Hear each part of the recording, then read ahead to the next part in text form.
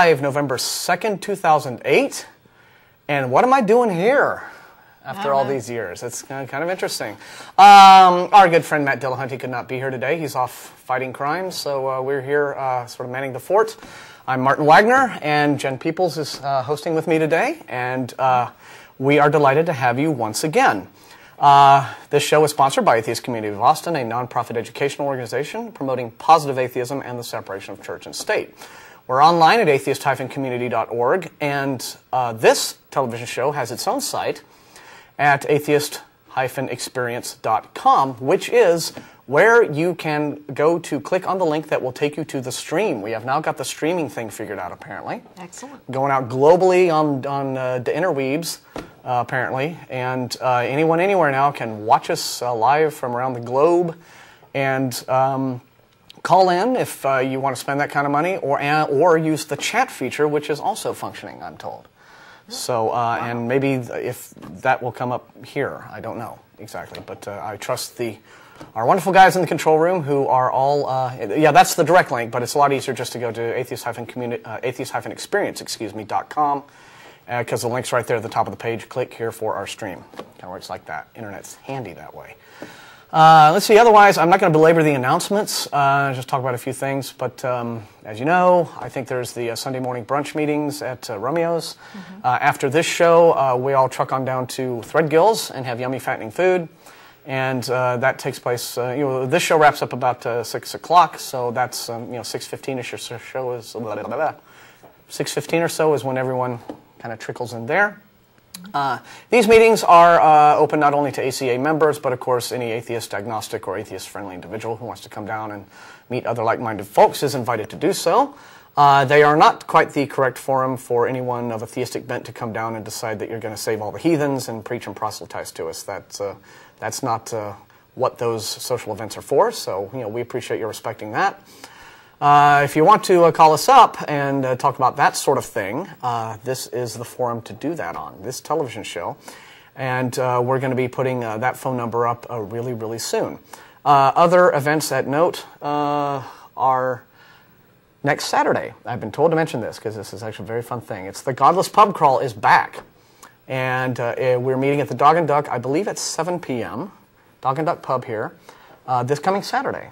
I think it is, and I guess the idea is we get fantastically plastered and crawl from pub to pub, which is why it's called a pub crawl. Those of us who survive at the end of the night get a free T-shirt or something. I don't know how it works. I think it's just fun, going to places that have good beers and sampling them, and having all kinds of fun activities. So next Saturday, that is, 7 o'clock, Dog and Duck Pub. That's where we're meeting. Did this a year ago? Was it a full year ago or so? No, I don't even think it was a year ago. I think it was February. I think. Oh, March, okay. So they've done one. Yeah. They've done one already this year. Yeah. Then. So this will be the second one. Okay. In 2008. All right, because see, I didn't get around to doing the first one. It was hugely popular, so backed by popular demand. Mm-hmm. So looking forward to that. Let's see. Also, there is the Atheist Experience blog is at atheistexperience.blogspot.com. Which I administrate, although because of my schedule lately, I haven't been posting so much, but the rest of the team, which includes Jen and Matt and Russell and Tracy and Don Baker and some other folks, have been really filling in happily for me and posting a lot of really good stuff. And that's got a lot of good, it was a thing I started about 2 years ago, just out of a desire to sort of keep my, kind of keep a foot in, and it's turned into, I think, a pretty popular blog. Yeah, it's a good outlet for further discussion after the show. Yeah, it really, really is. So you can go there and read that and send us comments there, and you can also comment and send us emails at tv@atheist-community.org, which gets a huge amount of stuff coming in, including some spam, which we have to kind of deal with, but in and amongst all of that stuff, things that show up in Cyrillic lettering or stuff that, wants to inform me all the different ways I can enlarge my penis this week. There we do actually get dozens and dozens and dozens of awesome emails from people all over the globe, which is fantastic. Astonishingly enough, I get that same email about how I can enlarge my penis. Oh, okay. So, so which one works for you? No. Actually, as a joke a few years ago, I sent some of those to a friend of mine, just this girl I know, a good friend of mine, just for amusement purposes. And said, I hope you find these useful, you know. And she emailed back saying, I don't need these, I am a penis enlargement device. And so that was beautiful. Oh, very good one. Anyway. Yes. But, yeah, so I'm afraid those guys just, you know, the competition just is too stiff for them. Oh, another, boom, got it in one zing. This is going to be the innuendo episode of Atheist Experience, and but we're just mainly here to take calls from you folks. We don't really have, neither of us, important topics prepared, but Jen, you brought some interesting news stuff that you apparently want to comment on, and please do so. I pulled up this, because, you know, the big event here in the U.S., for those of you international viewers, you may or may not be aware, we have an election coming up in, a couple of days now? 2 days to go, and thank goodness it's almost all over. It turns out that there are groups of Americans praying for Election Day miracles. Now, I guess... really hard. What kind of Election Day miracle you're praying for depends on which side of the political spectrum you happen to fall on. But yeah, it runs the gamut here. There's prayer circles for Obama. There's people who are praying for John McCain to pull one out and win this one. So I guess... Innuendo, zing. Yeah. I guess, you know, there's just no way to fail. You know, God can't fail on this. Because then there's the one... Well, not according to James Dobson. I mean, you read his little ranty bit about how if the liberals, right, that ultimate curse word, the liberals, win this election, then it's over. I mean, it's all just it's just, you know, that's the end of everything, and you know, and so that you know, is reason alone, I think, to, you know, vote for good old Barack, just to, you know, read the screaming insanity that, you know, on their websites on the morning of the 5th about just woe and despair and just the entertainment value on the Christian right-wing web the following morning will justify all of it. So yeah, I may have to go to Donald Wildman's website. Donald Wildman's, yeah. You know, I'm sorry, that was Wildman I was thinking of. Wildman? But Dobson has said similar stuff. Okay, I was going to say, yeah, that it sounds like it's worthy of a Wildman comment there. Yeah. Well, what I like is this particular individual who, she and her husband are co-pastors at the International House of Prayer in Tallahassee. And waffles. Yeah. In Tallahassee, Florida. And do they have a special prayer syrup? Or that'd be good. Yeah. But they're organizing a marathon of prayer, fasting, and Bible reading. Okay. But they say the outcome is up to God. So, no, the outcome is up to the voters.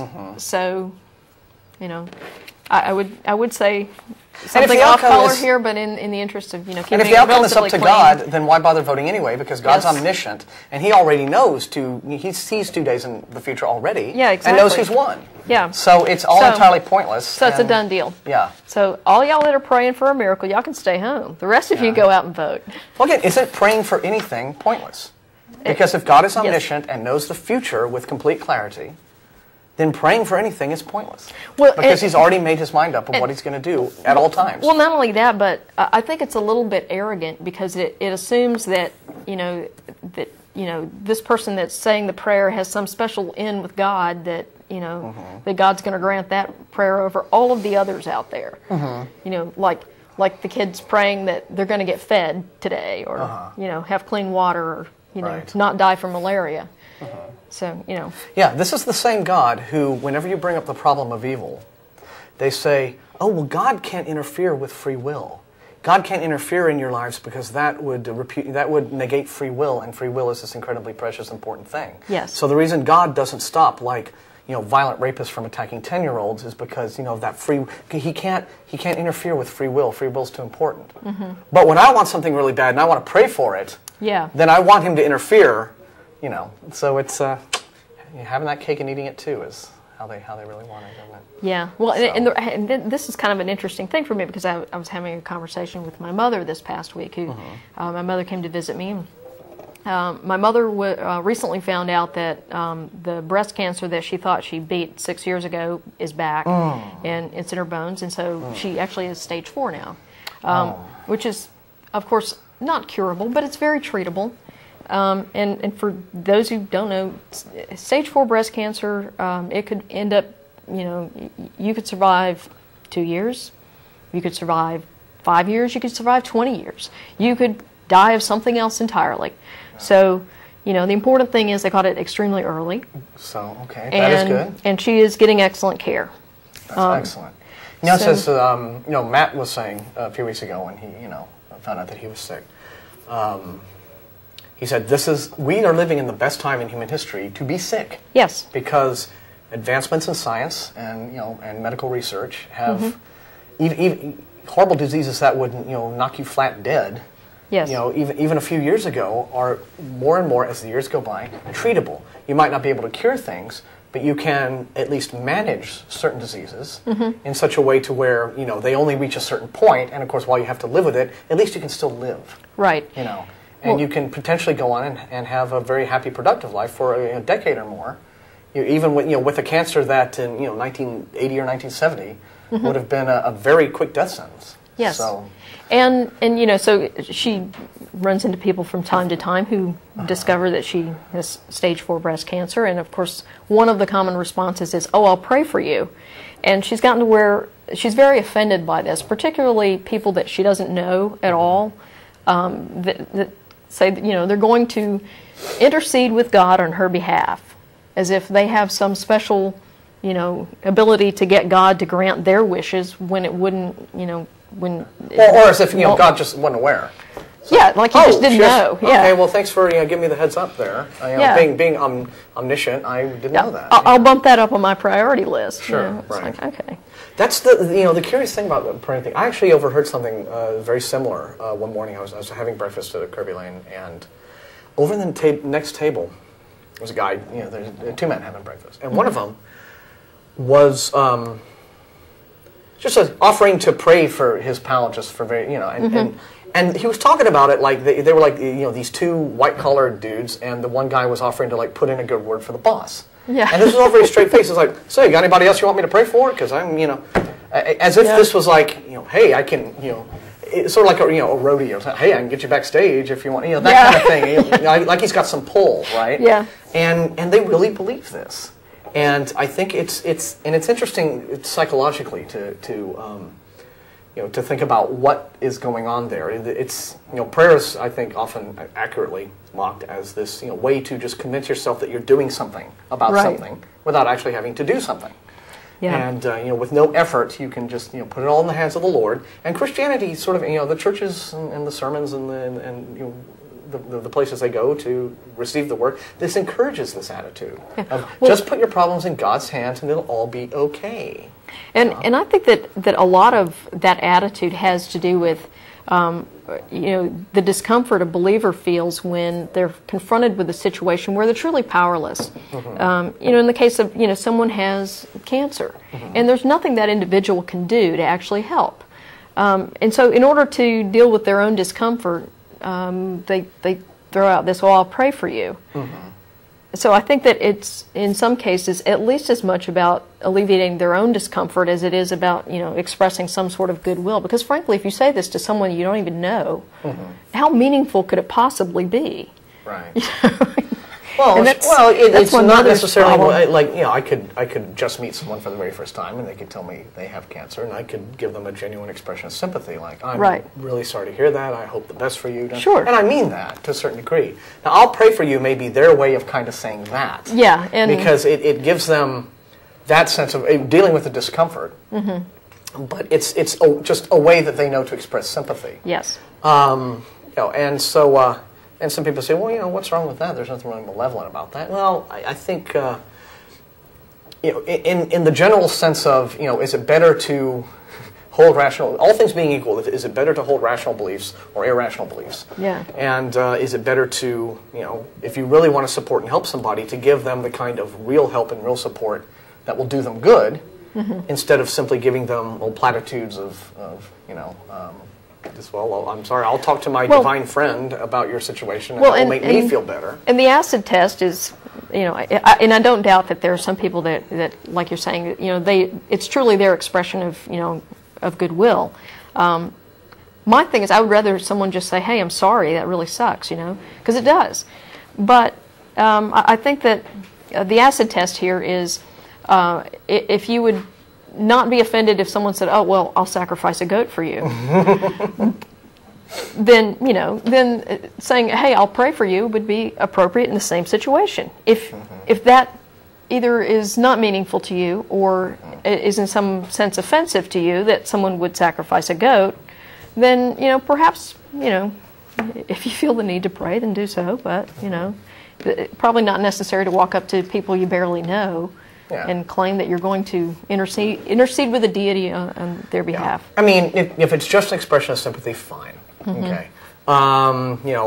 You know, as atheists, we think it's kind of silly, but we're not going to, you know, so some person who has, you know, a genuinely sincere sort of feeling of sympathy and expresses it that way, you know, well, we're not going to be rude and go, "Well, screw you," you know, but we're going to say, you know, probably just brush it off, say thank you very much or what have you, and just kind of, you know, if that's the kind of thing, that's, you know, you can let that kind of roll off your back and you understand, all right, what this person is really saying is, "I'm sorry to hear that, hope the best," and the reason they say it that way is because they've learned that the way you express these emotions or these feelings of upset or discomfort is to filter them through your religious belief. Yeah. And that is, you know, a function that religion serves, I think, you know, for the believer, is that it helps you manage insecurities about life, and about things that go on that happen that you don't expect, and it's really upsetting.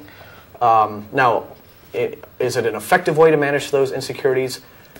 Maybe, you know, just from a standpoint of your own basic psychology, probably. But in terms of actually doing the tangible, real things, fine. You know, it's like the old the Islamic saying says, you know, trust in Allah but tie up your camel. You know, ultimately, if you want something done, you got to do it. You know, and if you think that praying, if the act of prayer makes you feel better, but that's really all it is. And just understand that that's all it is. It's not something that's going to accomplish anything. You know, it's like, "Oh, I'm sorry, your mother has this condition. I'll pray for her, but, you know, here's the number of a really great oncologist." You know, there you go. Now you're doing something really meaningful. And, well, and the irony of it is that the same people that will say, "Oh, I'll pray for you," they won't recommend a really good oncologist, even if they know him, because some of these folks feel that in some way that's presumptuous. You know, to assume that she wouldn't know a really good oncologist already. So. Well, that might be, but it's still, you know, it's a cut above in terms of actual effectiveness of doing things. Yeah, exactly. It's like, hey, I'd rather filter, you know, lists of oncologists than, you know, it's like, "Oh, you're on my prayer list." Yeah. Oh, gee, thanks. And, and here are the goat entrails I sacrificed for you. Take good care of these. No. So what else? We're letting the calls sort of rack up. Thanks for calling in. Number's right there on the lines. Area code 512-477-2288. That's what we're doing. We're just here. We're talking today. We're talking to you and talking to each other. And sometimes Muhammad will pitch in, you know, some words of wisdom, or at least, you know, moos and grunts and lowing noises as cows do. But what else? Anything else of interest? Well, I pulled up this thing. It's a Somali rape victim, age 13, who was stoned to death after being accused by Islamic militants of adultery. Okay, now there are so many problems on so many levels with this story. Not the least of which is 13 years old, adultery, meaning she must have been married at 13. There's a little problem there. I doubt that was really her choice. You think? But they did it in a stadium with 1,000 spectators. They stoned her to death for. And she said that 3 men had raped her. Let's think about this for a minute. Now try to visualize a stadium with 1,000 spectators gathers in the year 2008. Yes. In the 21st century, people are gathering at a stadium to watch a child get murdered, and this is a good thing. This in their culture. Yeah. Yes. Okay. Yeah. I mean, case closed. This is a barbaric religion that should not exist. Case closed. Yeah. This is what. This is what a theocracy gets you. Yeah. I know. And you know, all of the Christian fundamentalists who say, "Oh, well, the only reason you go after us is because we're not dangerous, horrible bomb throwers like the Muslims are, and you're scared of them, so that's why you don't attack them." I'll say right now on the TV, screw Islam. It needs to disappear. Okay? There's no place for it in the 21st century.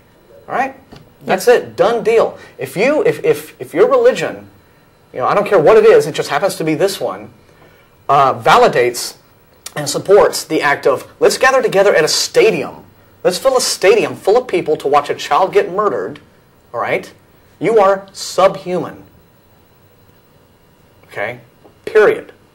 You don't deserve to even be part of this species. I don't care. Okay? Because there is no way to validate that morally. Okay? Yeah. End of story. That's the end of the story on that. Well, and I guess the initial news reports said that she was 23, and later her father said, no, she's only 13. But even if she had been 23, that would not in any way mitigate the horror of stoning someone to death for allegedly committing adultery. Even if she were 23, even if she committed adultery, she doesn't deserve to be stoned to death. She deserves to have her husband divorce her.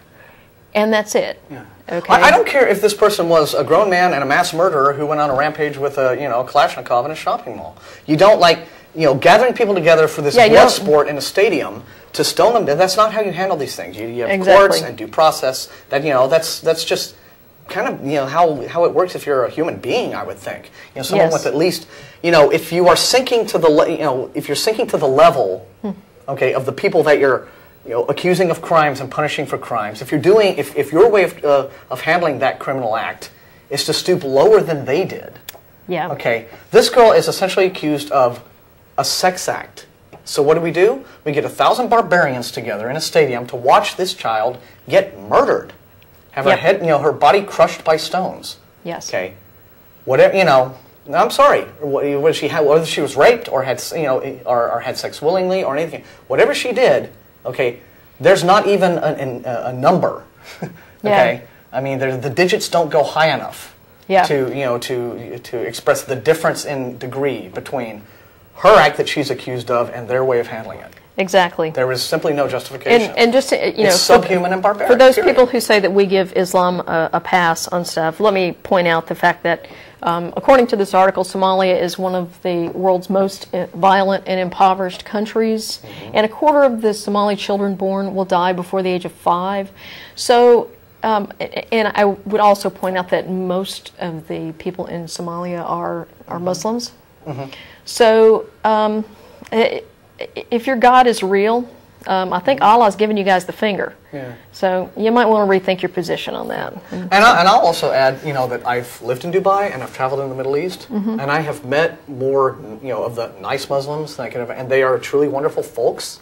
Okay. I mean, they're probably not the barbarians. They're not the guys who go to the stadiums to watch, mass murder or any sort of act of violence, but the belief itself, if you're able to do this, if you are able to do this act and justify it by your beliefs, then you are a subhuman with a barbaric belief system. And, so yeah, and I tell you, when I was a small child, and so this would have been like 30, 35 years ago, and I lived in Dubai before it became, the Vegas of the Persian Gulf. It was this little, two-camel town, and my dad was in oil. So and they were awesome people. I went to, we went to a Bedouin wedding. It was the Sheikh's son was getting married, and it literally looked like, that shot in Lawrence of Arabia with the tents going on forever. I mean, that's how it looked, and we had a fantastic time. And so please don't call up and say, well, what about all the nice? I know those people. I've known them personally. Okay. Many nice Muslims out there, as are nice people in any other religion. But you've got this going on. Okay, and if you're the kind of person who's partaking in this, you're subhuman and barbaric, and the belief system is unforgivable. And a nice person can subscribe to an unforgivable barbaric belief system. There are things about the Christian faith that I find extremely barbaric, and believers quite often will turn a blind eye to the things, and they'll practice. Well, here's the bit of Christianity that I think is nice, or the bit of Islam that I think is nice, or whatever you profess. And the bad stuff, you'll either say, well, that doesn't really pertain to my life, or it's been misinterpreted, or it doesn't really say that, or the most common one, the people doing that aren't true X. Yeah, the no true Scotsman fallacy. You're not a real Christian. You're not a real Muslim. You're not a real person. You're someone who's perverted and distorted. In that case, where are the folks of the faith standing up to against the people of the faith who are doing the bad things? And of course, in Somalia, you don't do that because you get killed. Because there's actually no functioning government there either. Because the bad guys have the guns and the bombs and the weapons. And the few good people who may very well live there are living in fear because they're getting stoned to death in front of 1,000 people. They don't want to be the encore of a stoning act. So really horrible. Want to get some calls in? I think we will. I have another thing to talk about, but we can maybe like intersperse calls with that kind of thing. Okay. But yeah, that was just something I had to go on a tear there because it's too horrible. And it's had a fellow who joined us at Threadgills a couple weeks ago and mentioned that. There's the whole horrible thing of the female circumcision. Oh, yeah. And he revealed that what's interesting is that while the impression is that this is all just that it's this horrible forced activity that in which it is in a lot of situations, but in some cases what he explained was, and this may or may not be true, but his explanation was that some women actually seek to have this done because if anything apparently can get you accused of rape, just if you like give a man directions to the bus station in some of these countries, get accused of adultery, and you see the fate there, and so if a woman is lacking her clitoris and therefore cannot enjoy the sex act, then that becomes a defense against the rape charge. Why would I lead this man on? Why would I encourage him to do this to me? This is not an enjoyable act for me, so why would I even want to do it?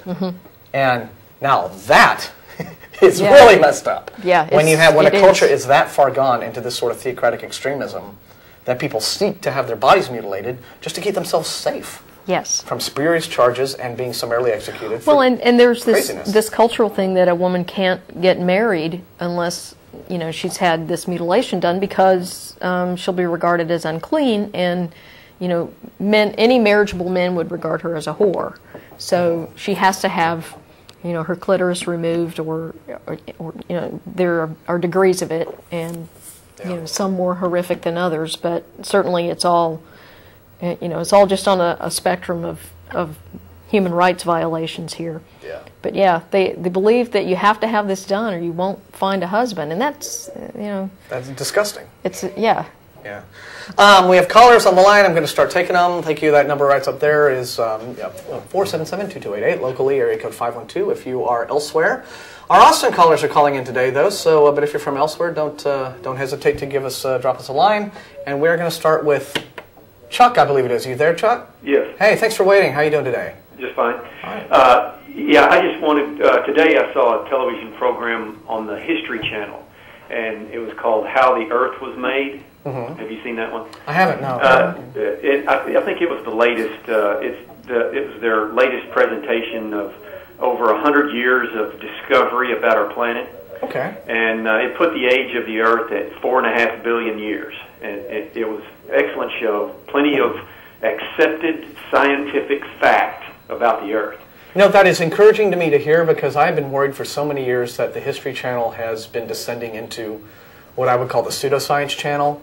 It's the UFOs and the crop circles and anytime when you're on 24 hours a day, 7 days a week, you're going to have some crap. And you got to get those ratings in, which means sometimes pandering to the beliefs. But I want to suggest that everybody see this. If you're interested in that kind of thing, and especially anybody who is considering this intelligent design. I think people who haven't considered what is going on with this intelligent design scam, especially parents, they should be aware of what is happening. The way I see it is the church is trying to rewrite history. And I know that all they're saying now is they want their theory to be considered in the public schools. It would be nice if they had a theory to consider. But that is just so they can get their foot in the door of the public schools. Oh, yes. And any responsible parent should be outraged about this. The church knows it can't change an adult mind, so they're going after our children.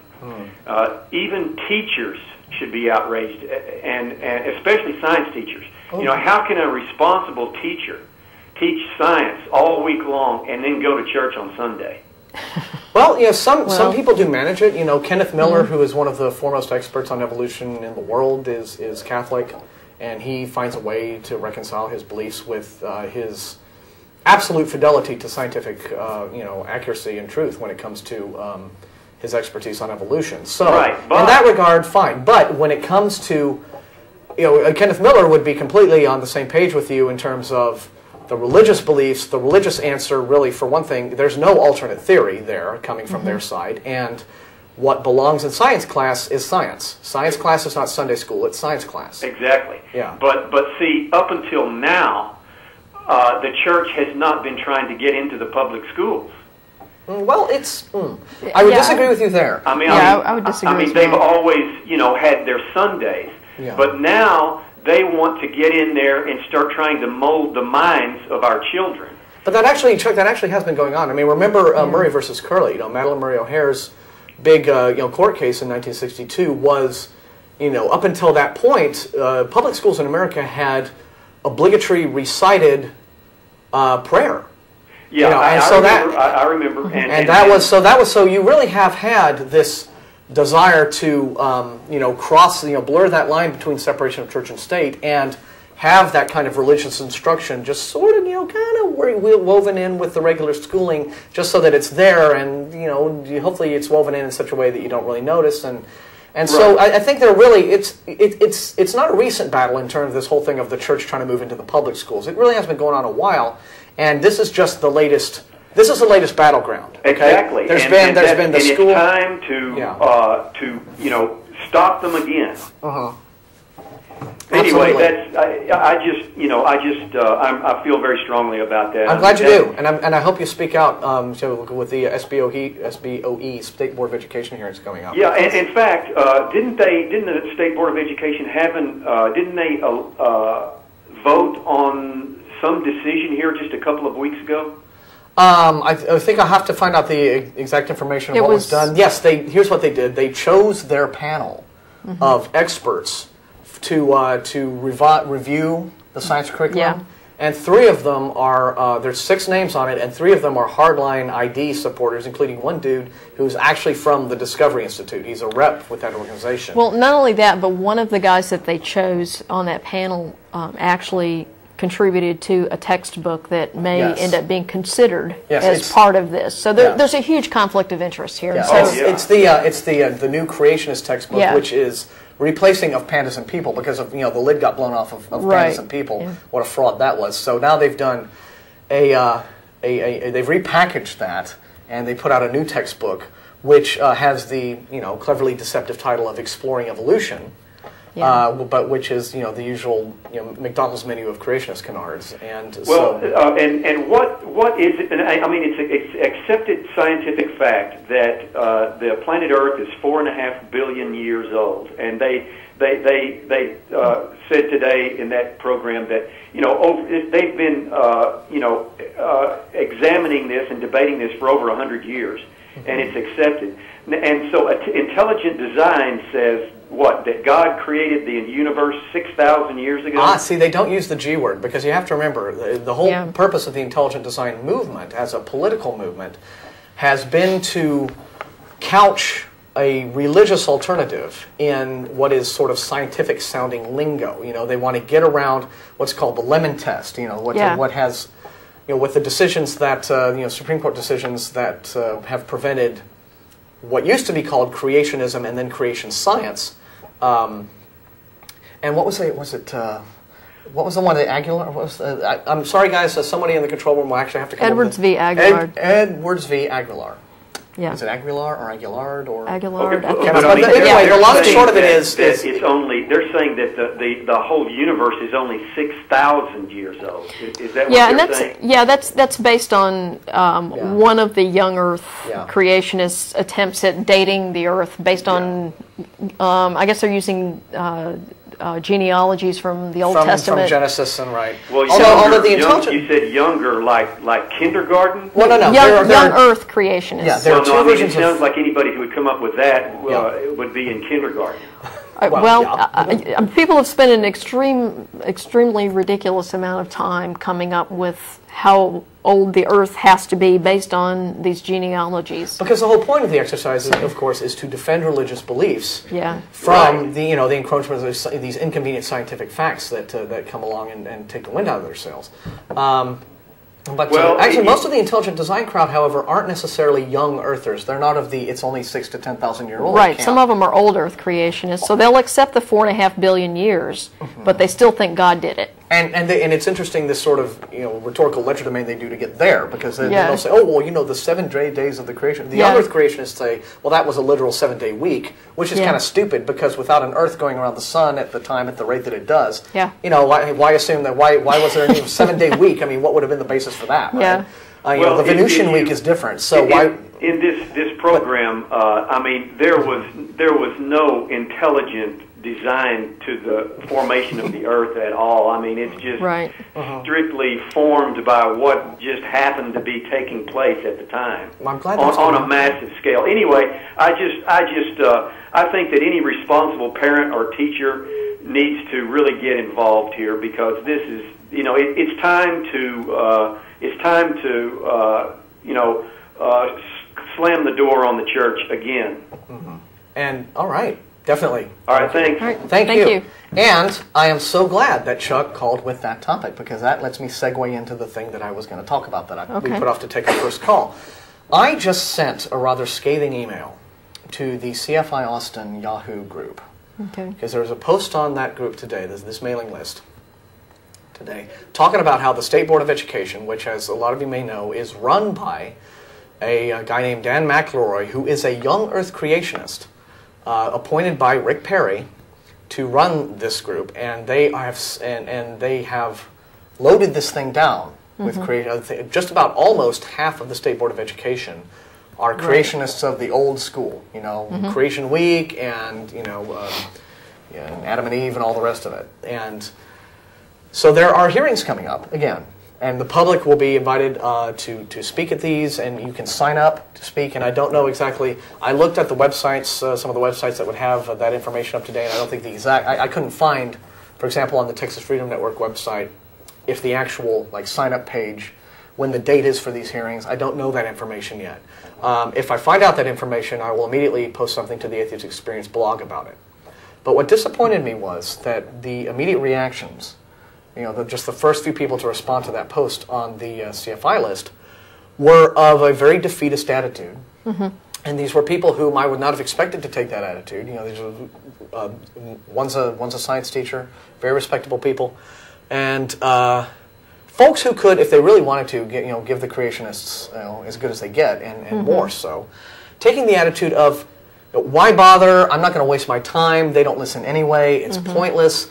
I'm not, I just want to stay home. I'm not going to take time out of my schedule to talk to a bunch of people who are, not even going to listen, and it's not going to do any good, and da-da-da. And this, and I just was like, whoa, wait a second. All right, I know that this is a frustrating fight. It is frustrating in the 21st century. Yeah, that we're still having this discussion. Yeah, I mean, let alone that they're stoning children to death on the other side of the planet. But over here, we're still having to, defend modern ideas and modern science, against 19th century beliefs. Right. Before, right?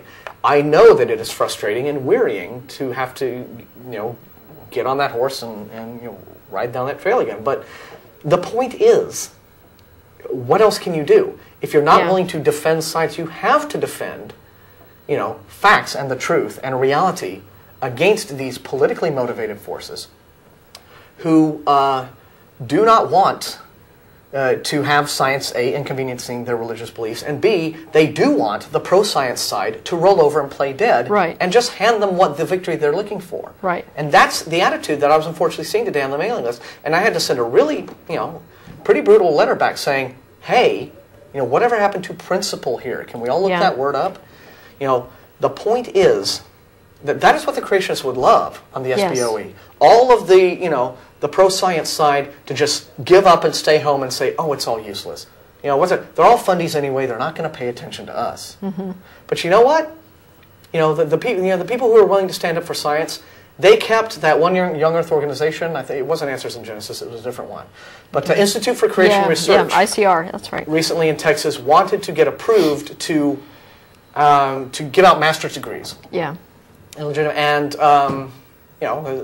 Well, they can give out master's degrees, but just not in science. Right. They wanted to give out master's degrees. Yeah, in you that. can't be accredited to do that. Right. They wanted that accreditation, and they didn't get it. And the reason they didn't get it was because people who are real scientists and supporters of real science came out. You know, guys like Steve Schaefersman, fantastic fellow with Texas Citizens for Science. You go to texscience.org, is that organization's website. You know, great folks. Came out and said, look, this is not a scientific organization. These are pseudoscientists. They have a politically motivated religious point of view they're trying to promote here. They're not fit to do what they want to do. They have no qualifications to do what they want to do. And this is just all political shenanigans. Right. And so ICR, got sent home to go file their lawsuits or do whatever they do when they don't get their way, right? But the point is, yes, it does work to speak out against this. You can get this idea, the religious right's in charge, nothing's ever going to change. But it does. I spoke at the hearings in 2003. They were trying to get ID sort of shoehorned into the science textbooks in 2003, and I was there to speak there. We had Russell Glasser was there, Don Baker came, ACA was well supported. I think a couple other folks. Let me see if I can remember who from our side turned up. But a good turnout, and then a bunch of the science faculty at the University of Texas turned up, and a whole heap of creationists who had been sort of trucked in by the Discovery Institute. From Waco or someplace? No, they brought in William Dembski turned up. Oh, okay. Michael Behe was there. Jonathan Wells, like this sort of the ID triumvirate was there. Yeah. And a bunch of DI people were there, and ultimately, the vote was to keep the textbooks, correct. Yeah. And even though, of course, Dan McElroy, who was part of that, and his little partner in crime, Terry Leo, a woman who is as dumb as a sack of hammers, and and who machinated everything to where all the media was there at the beginning. She got the speakers front loaded with all the creationists. Right. Like the first dozen or so speakers. Right. Yeah, that it's late by the time the Right, and then all the TV cameras went home, there, but there were still several hours of testimony going. I think it went until like past midnight. I ended up speaking, it was around 10:30 at night. And I'm like, okay, everyone's tired, and I didn't stay here for 6 or 7 hours all day just to like give my little 3-minute thing and be ignored. So I gave, I gave a really sort of a boisterous little speech there, and it got a good reception.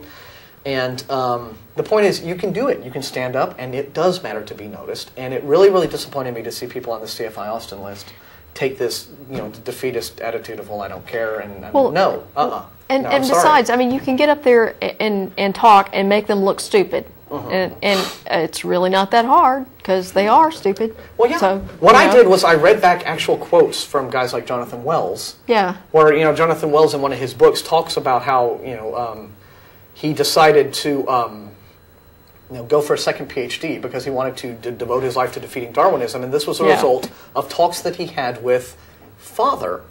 You know who Father was? No. The Reverend Moon. Oh. Jonathan Wells was a Moonie. Okay, just stuff like that. You have William Dembski, basically.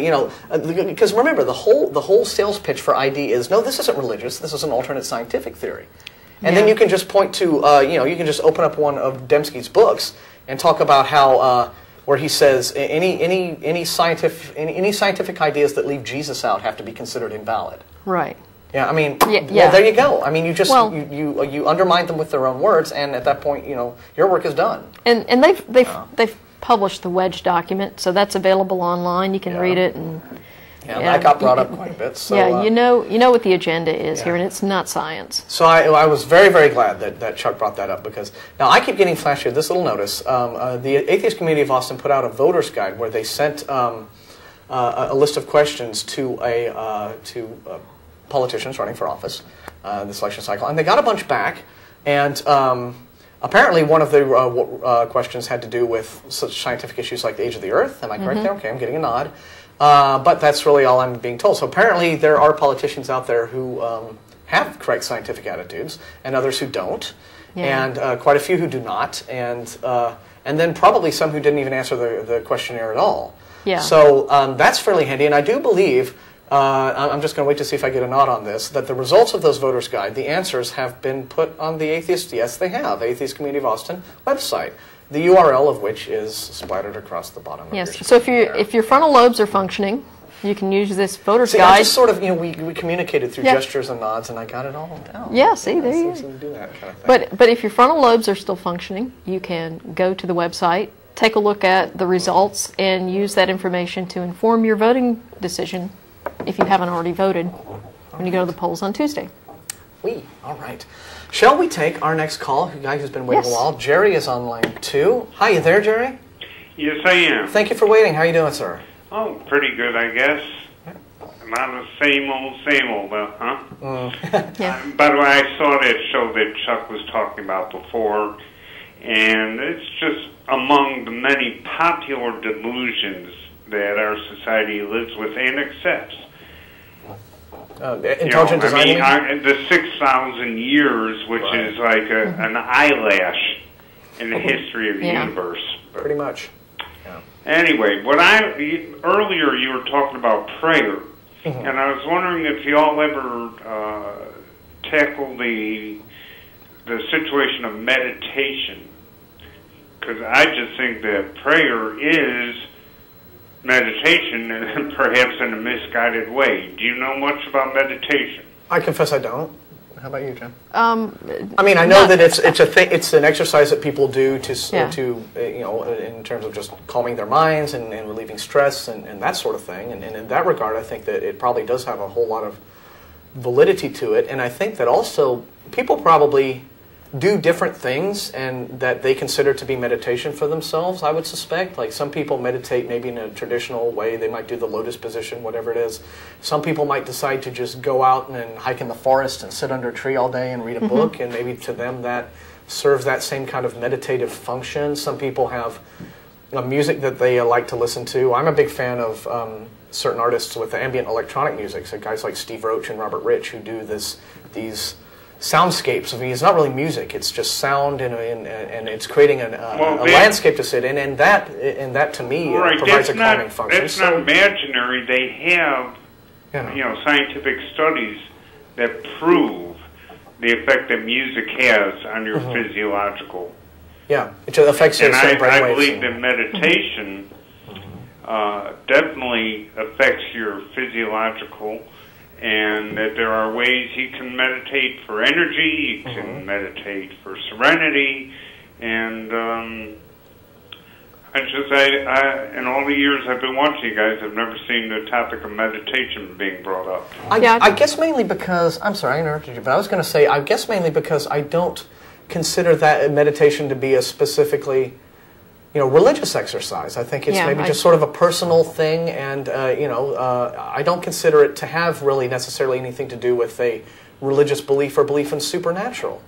And that tends to be kind of what we talk about on this show and offer critiques of. And so in that regard, when you think of it that way, there's really nothing about meditation to critique, because it doesn't involve believing in gods and or aliens or unicorns or what have you. It has to do with finding a place for yourself where you can have that sort of soothing atmosphere that either relaxes you or relieves your stress or gives you energy or what have you. I mean, would you say that? Well, yeah, I think that I think you're right. I think it's not really a specifically atheist or theist issue. I think that there's an awful lot of positive things you could say about someone spending, say, 15 minutes, at the start of every day, just sitting quietly and contemplating, what do you want to get accomplished today?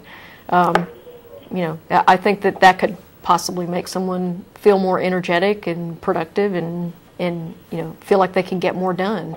So, all right. I guess part of what I'm saying is that a lot of these people pray are actually meditating without knowing it. They're meditating without focus. I think that's possible. Yeah. I think that's very possible. I do think that some people in the act of praying probably induce a certain psychological state that may be calming or comforting or whatever. And, if that works for them, then fine. I have no problem with that. Yeah. All right. Well, I am an atheist who also meditates, and I can throw myself into a meditative state pretty quick. I've been doing it for years. All right. And I just thought I'd bring up something new and fresh besides, the 6,000. Yeah. Well, yeah, some of the same topics do tend to come up on this. They're the ones that never die, but, it is not really a thing that can be helped. But I'm glad you brought that up. whatever it is you do that is meditative and contemplative and is a positive thing in your life that's like that, I think that's excellent that you have that to do. And so, anything else, sir? Well, for your listeners, if they're interested, there's a guy by the name of the Yogananda, Paramahansa Yogananda, if they ever want to check out. It's a non-theist meditation. Okay. And it's interesting. I mean, mind expanding, so to speak.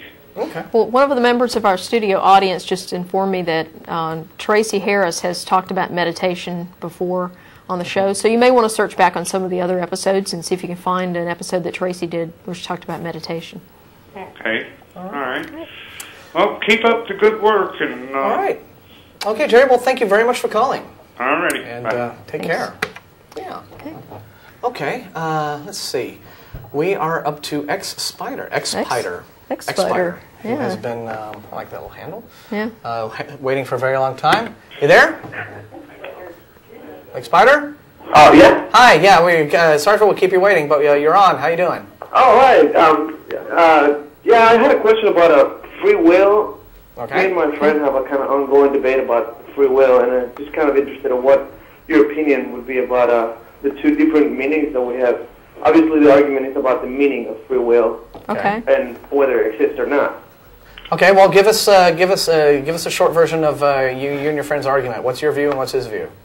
All right. His view is his view is that there is no free will because somebody could have a cancer or how do you say it, Russia? Vitamin deficiency. Vitamin deficiency. It could cause mental retardation. Therefore, we are biochemical, and we're at the mercy of chemical.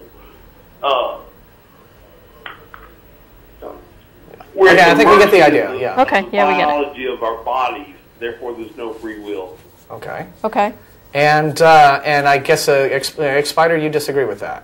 Or Yeah, I really think that the free will I'm looking at, the free will I'm defining would be freedom of thought. We are able to think of anything, absolutely, and because we are able to think of anything, we can invent devices and things to get past our limits of the human body. Okay. Okay. Well, Jen's writing down some notes. You have some thoughts on this? Well, I would say that, yeah, I'm trying to think of how to frame this in a way that's, I guess, internally consistent. I guess going to the biological example, yes, it's true that some people are born with, there's a condition I'm thinking of that's the result of, I guess, two recessive genes. It's phenylketonuria, where an infant is unable to process the amino acid phenylalanine, and as a result you have to have a special diet. The important thing is that if you have this special diet, then the condition never manifests. And if you don't have this special diet, then the condition will manifest and the child will end up becoming retarded over a period of time. Okay. So it does cause some cognitive issues. So I guess in that respect, you know, the child doesn't really have free will because the child didn't have anything to do with inheriting this condition. But that doesn't mean that no one can do anything about it. So I guess there's a question here about when you're talking about free will, we normally think of that as, you know, that is something that I possess as an individual, but I can't control what I inherit. So in that respect, yeah, I don't have free will over my biology. Yeah, what I would agree with to an absolute degree. Yeah, I would say that both of you guys are right to an extent.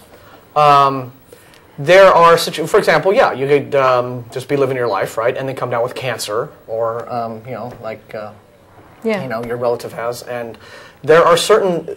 And I have talked to buddies of mine, and these are guys, you know, on the atheist side who take the very absolutist position on no free will, because it gets right down to the, you know, you can't control the spinning of the atoms that make up your cell. I mean, you can take it down to an absurd extreme if you want to. I think that free will really is something that you can only, I guess, claim to possess at a pragmatic level, such as, you know, I can choose my friends, I can choose my career, I can choose what ideas are appealing to me, You will have certain life experiences, and then based on those, you will make choices. You will choose whether or not you want to have a family or not. You can choose to be vegetarian or a carnivore. You can choose to be Republican, Democrat. You can choose to go play soccer on Sunday afternoon, or just stay home and watch TV. There are practical levels where you have free will to a certain degree. At the same time, if you choose to go, just walk across the street to, the 7-Eleven to, get a cup of coffee, and a bus plows you down that you didn't see or something, or somebody skids on wet pavement and, runs you over, well, your free will certainly couldn't have prevented that, right? So I think that free will it's really only a thing that you can claim to have at a certain very kind of immediate practical level. You can have free will in terms of making general decisions that guide your life and your attitude and your thoughts and where you kind of go, from point A to point B in your life. But yes, at the same time, a meteor could crash on the earth and kill us all. And so there you are, right? I mean, and nobody's free will can do a damn thing about that. We just can't shoot Bruce Willis up in a space shuttle and have him. So yeah, I think to a certain extent, both of you guys are right. I mean, there are things that you cannot control, and so to even try to introduce free will into that discussion is silly. And then, when it kind of just think of free will as a pragmatic thing and here's the problem that I have. If you want to segue back into some of our criticisms of like Christian apologetics, getting back to the problem of evil, that's a real nasty one that Christian apologists have had to deal with, and their usual response is, well, God cannot interfere with free will. God gave us free will.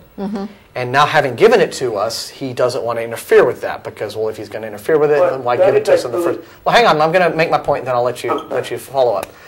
Well, the problem is, okay, well, let's look at an evil situation, right? Let's look at two people. Let's have, say, rapist raping victim. a 13-year-old girl who's going to get stoned to death. So you're saying God can't interfere with this? Well, whose free will it matters here? Yeah. You have, on one side of the ring, rapist.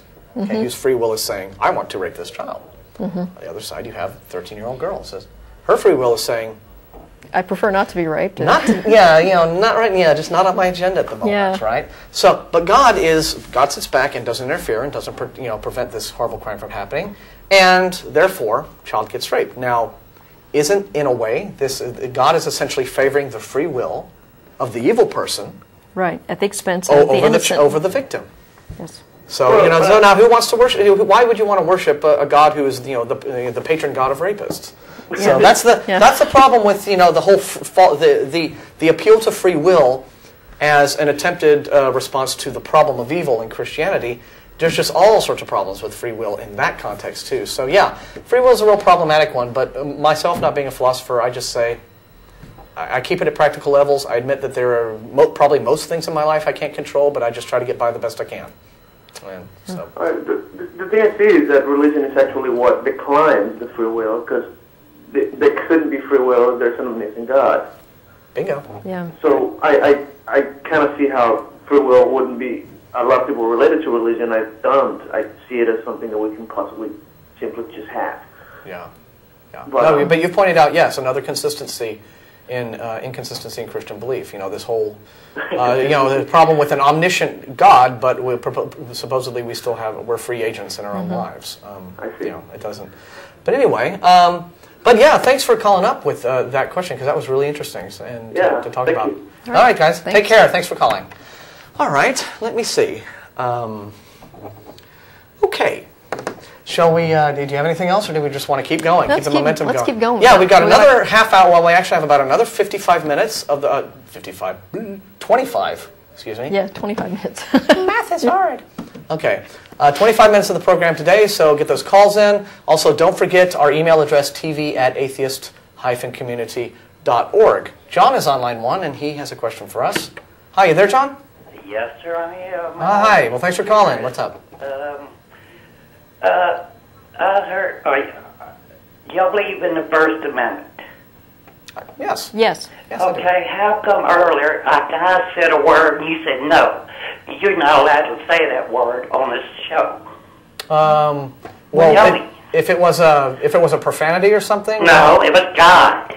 G-O-D. Yeah, well, we say God on the show all the time. Well, he told him not to. You said, no, don't say the word. You said, say G.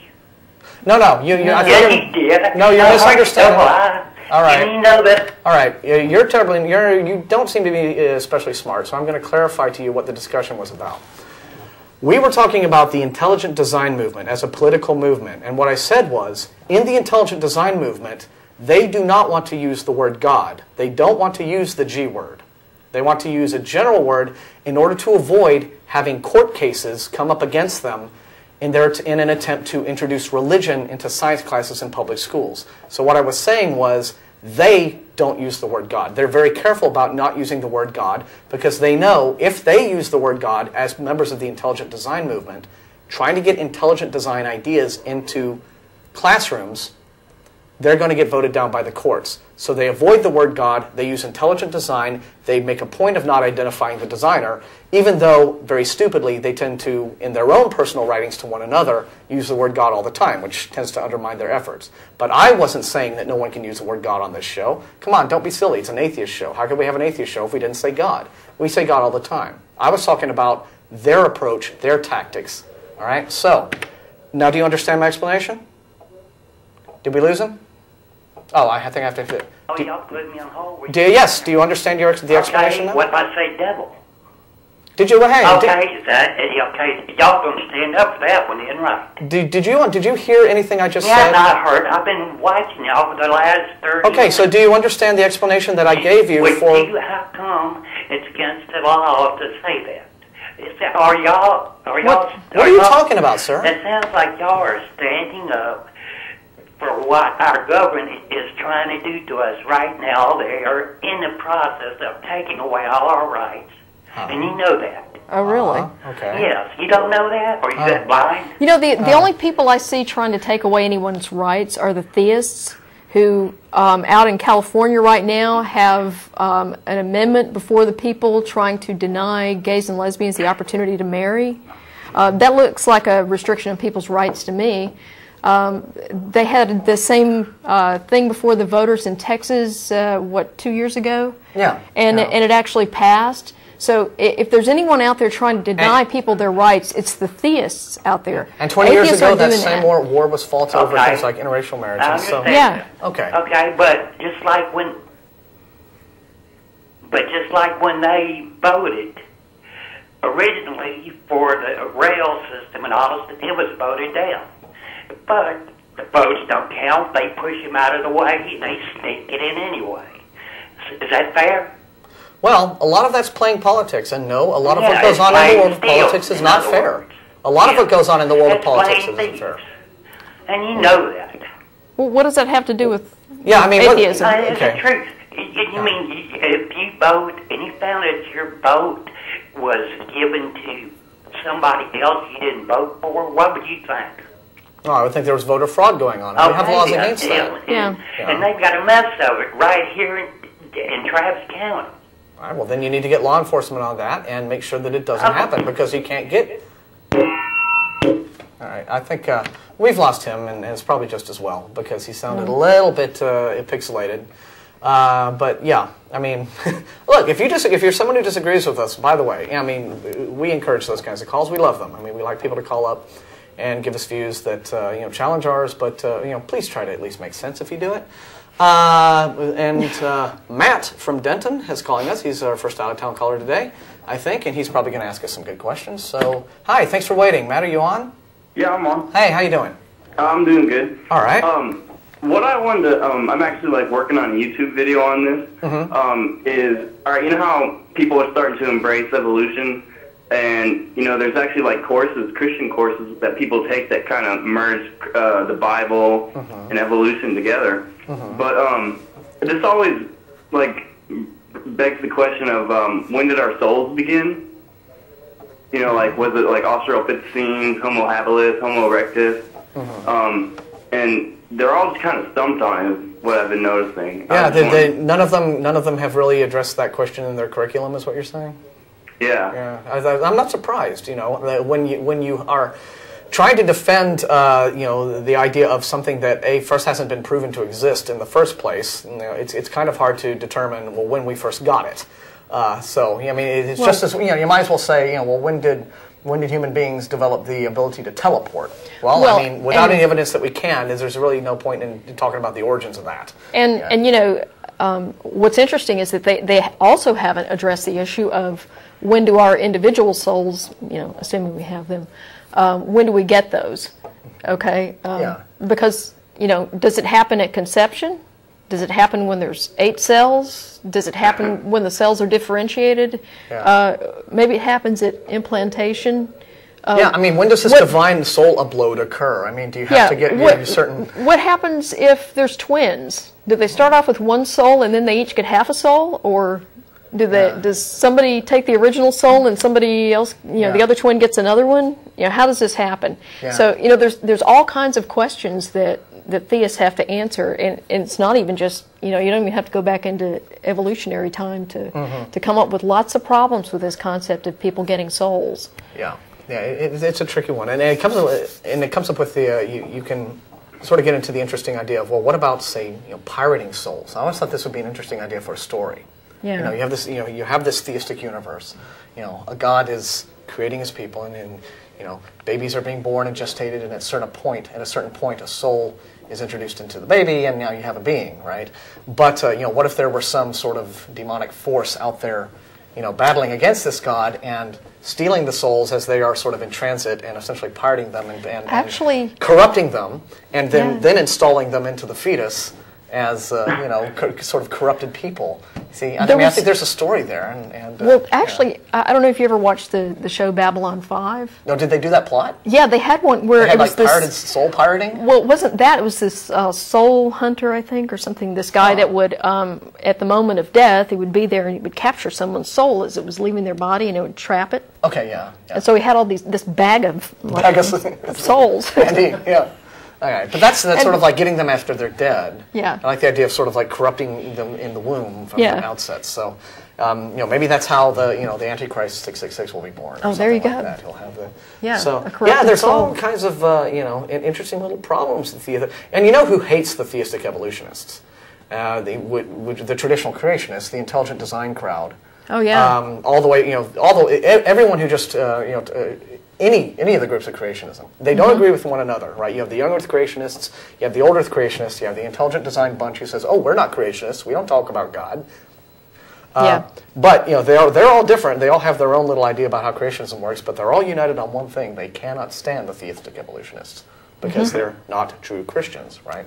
Yes. And so they don't like guys like Kenneth Miller and Francisco Alea and some of the other, believers who also, understand proper science when it comes to evolution. So it's a funny one. But yeah, I still think that with, theistic evolution, you do run into that, little problem of, well, at what point does God do his tinkering?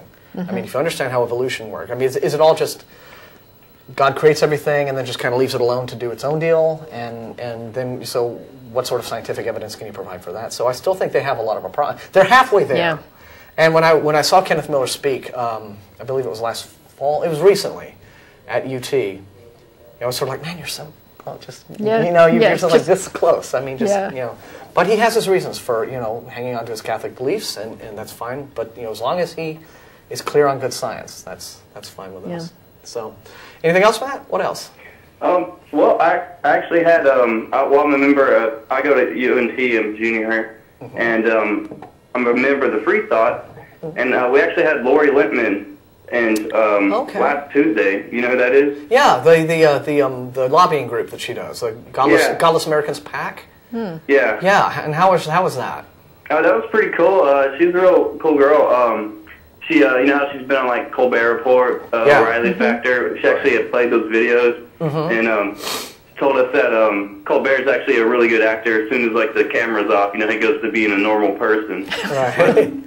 Although, Kenneth Miller showed us the clip when he was on Colbert too, and that was really. He said that's the one. He's got more respect from his students from that clip than he has anything else he's done in 30 years of teaching at Brown. The students love him for that more than anything. So, yeah, I saw Lori Littman Brown spoke 2 years ago at the Amazing Meeting, which is the James Randi Educational Foundation convention that happens annually in Vegas, and she was pretty interesting. She some of her. And apparently she's come and spoken with the ACA lecture series as well, and I missed that weekend, unfortunately. But yeah, since you are in the Dallas area, I was going to mention that I do believe that Barbara Forrest is speaking in your neck of the woods very soon here, coming up, I believe, sometime this month. I think you can go on the Texas Freedom Network website, tfn.org, and get information about that. She is absolutely worth seeing, because she will talk about her battles in the front lines dealing with creationists and ID, especially her involvement in the Dover trial. And it was her visit to Austin a year ago that caused the firing of Chris Comer from the State Board of Education. Chris Comer sent out, all she did was forward an email from, I believe it was either CFI or Texas Freedom Network, just saying, hey, this person's coming to town to speak on this subject. That's all she did. She forwarded this email. Right. And the creationists who run the SBOE, I think was it State Board of Education or was it some other? Was that yeah, Texas Education Agency? I'm sorry, correction, yeah. TEA. That's the group that she belonged to, Texas Education Agency. Well, they sacked her for that, and she has since filed suit, and it's been a really nasty thing. But you know, it was just so funny when the ID group put out this Expelled documentary, and you know, they tried to give their examples of all of the ID supporters who they say were booted out of their jobs for supporting ID, when in fact, when you know their actual situations, that wasn't really what happened. Right. But here on the pro-science side, we do in fact have the example of Chris Comer, who was forced out of her job based upon her support for proper evolution, you know, viewpoints, and now, as I understand, there's like this big swift voting campaign against her because this. Oh, you knew that was going to happen. Yeah. And so if you go to techscience.org and tfn.org, you can find all kind of information about that. But I just wanted to bring that up since you're in Denton. Try to find out info about that and go see her if you can, because she's worth it. Absolutely. Okay. All right. So, all right, Matt. Thanks very much. All right. Y'all have a good one. Yeah. You take care. Okay. Now let me see. Okay. Bo is waiting for us on line 3. So, Bo, are you there? Hi, Bo. Hey there, how's it going, y'all? Yeah, hey, we're good. What's up? Well, I just wanted to say that I've been listening a little bit. I'm a recovering addict and a former biker. Okay. And I got to tell you right now, I've gone to church a long time. At the same time, the more I watch this election, the more McCain is making me want to throw up. Yeah. And it's kind of like, for me, I'm more of, I guess, an agnostic than anything else. And when it comes down to it, it's like I've been watching the thing. I've been independent, leaning towards Obama because of the way McCain is trying to make women look stupid out there. And I check out all of this crap of, well, they do this, but we're super clean. And it's like the more hypocrisy I see, the more it makes me realize why I'm not engaged in this religious crap. And it's like, I keep thinking very, very simple. I mean, totally simple. And for me, I don't care about, you know, what came first, chicken or the egg, blah, blah, blah. For me, the way it works best, I got Def Leppard, AC/DC, Guns N' Roses, Farley, and that's my higher power right there. There you go. It's all you for me, you know. Rock and roll will never die. I keep listening to this crap of Sarah Palin and all this stuff, and I'm like, how many women in this world can be stupid enough to go that direction? No one worships things. And it's kind of like, you know, the more I've been hearing about things out there and the more I've been seeing all the crap going down, everybody says stuff of you can only stay clean if you have God stuff going on. Oh, yeah, the whole... I go out of my way to let them know I got a guy that's called ACDC, OCC, you know, and I'm a first-time caller here. Yeah. But I work at a bar. I'm a bouncer. Okay. And it's like when I go up there, don't hang out a bar. You're gonna want to Right. I don't believe that a damn bit. I also do believe that it's a matter of your own choice. Yes. And personal responsibility. Y'all go over here. I'd like to ask your lady friend there how she feels about some of this crap with Palin and all this. Thank you. All right. Well, I guess I want to make it clear. The atheist community of Austin doesn't endorse any political candidates. So yes, we're a nonprofit organization. What I can tell you is that is my personal opinion, and only that. Okay.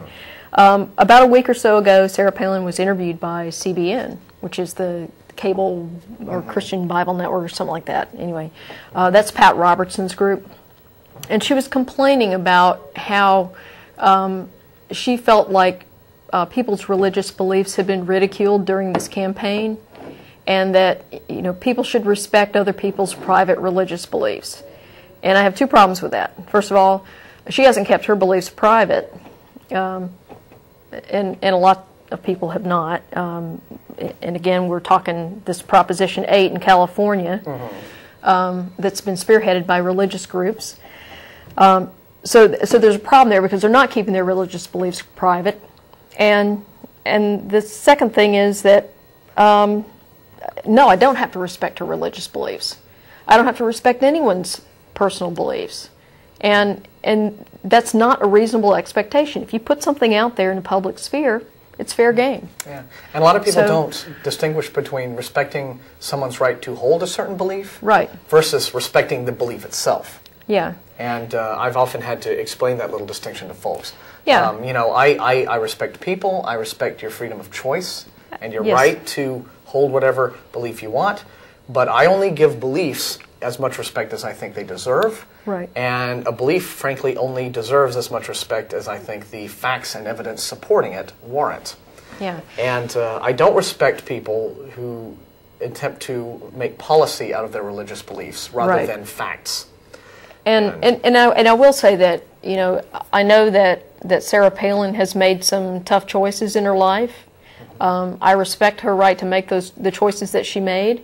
And I think absolutely that the laws should protect her right to make those choices. And in particular, her choice to bear a child with Down syndrome. Okay. The thing I want to point out is that there's lots of people out there who would deny a woman her right to choose, and they would do so on religious grounds. And to those people, I would say, you listen to Sarah Palin, and when she talked about her decision to have trig, she used the language of choice. Okay? She didn't say, oh, but our religious beliefs were such and so we had to. That's not what she said. She said, we chose to do this. And I think that's great. I absolutely think she should have that right. But if they can take away your choice to have an abortion, they can take away your choice to have that child. And I don't think that's valid, that a government should be denying choices to its citizens.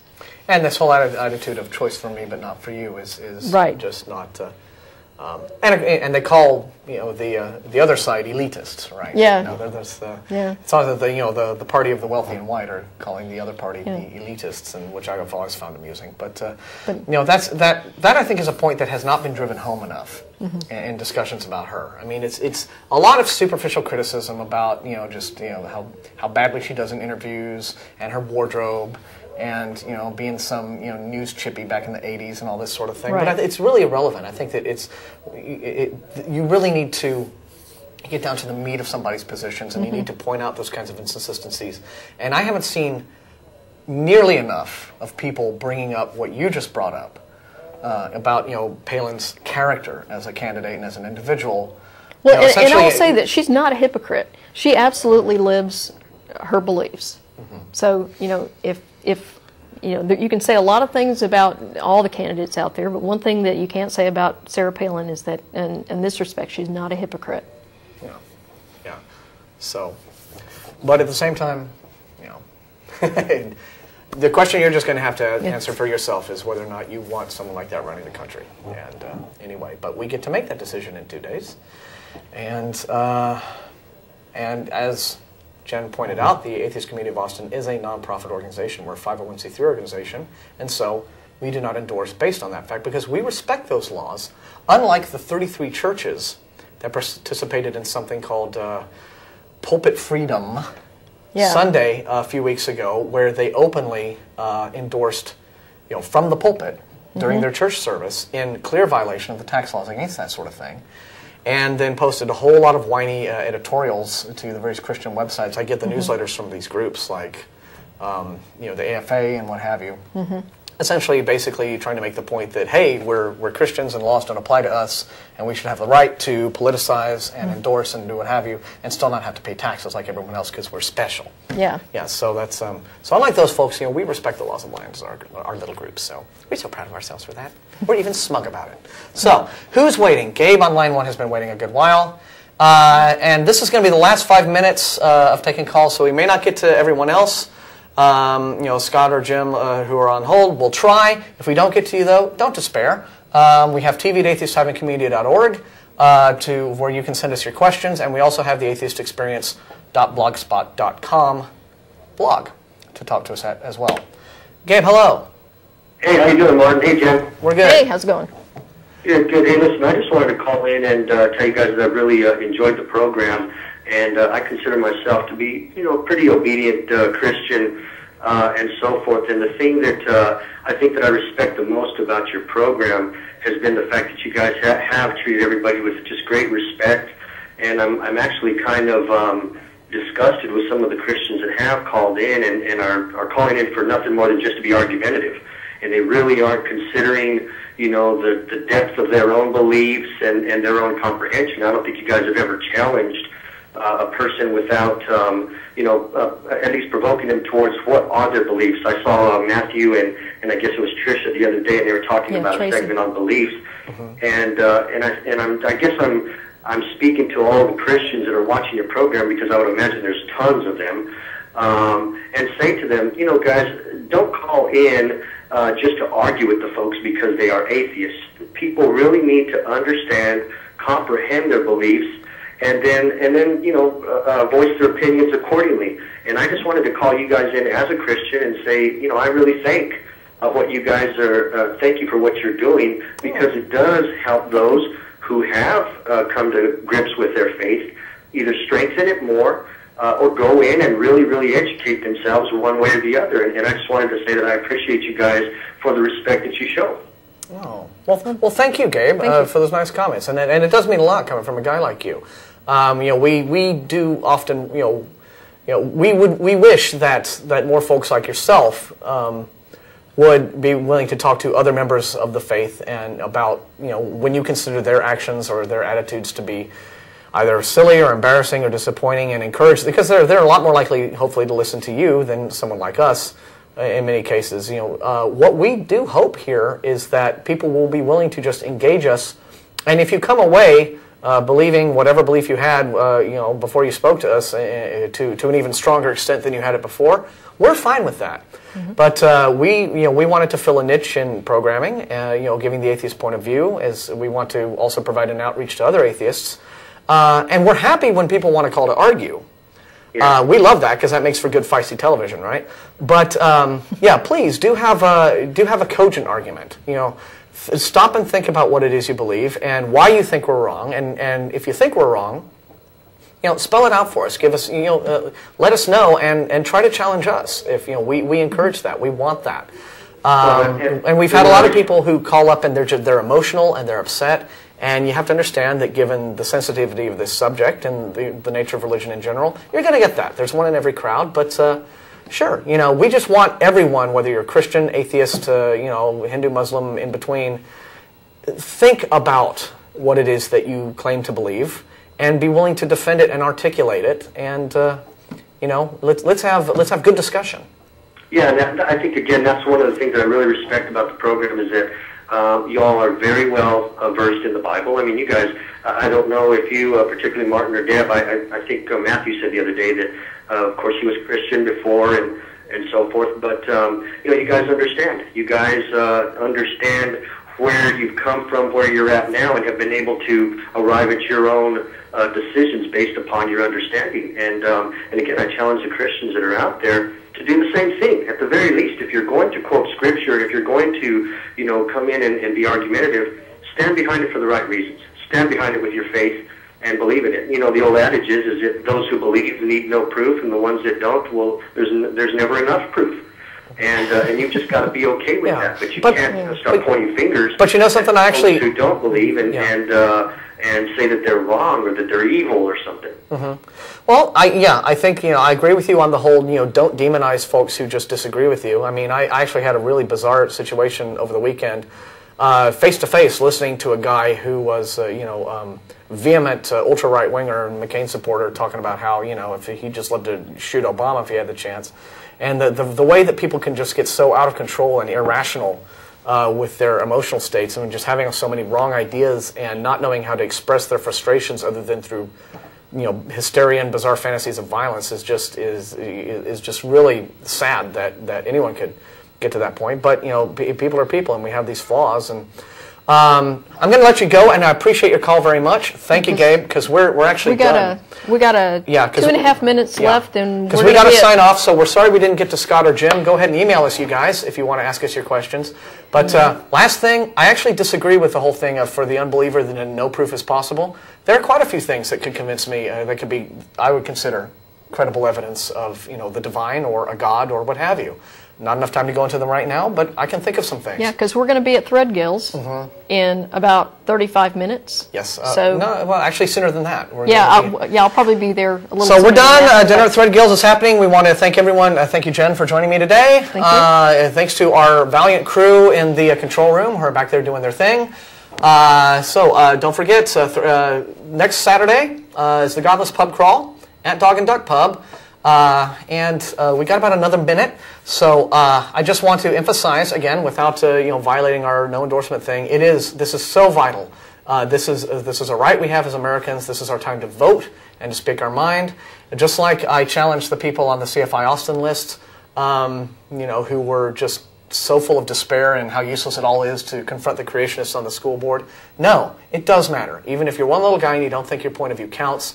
It does. Never underestimate, because you'll find out that it just isn't you, that there are a lot of people out there who are like you, and then it becomes, a group of voices all speaking out and waiting to be heard. That's what we discovered way back, 10, 12 or so years ago when the ACA started up.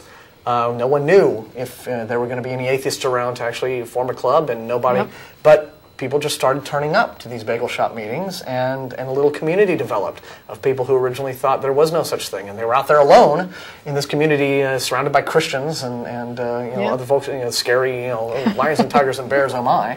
But no, here we all are. So and now we're global with our streaming and everything. So thanks for watching.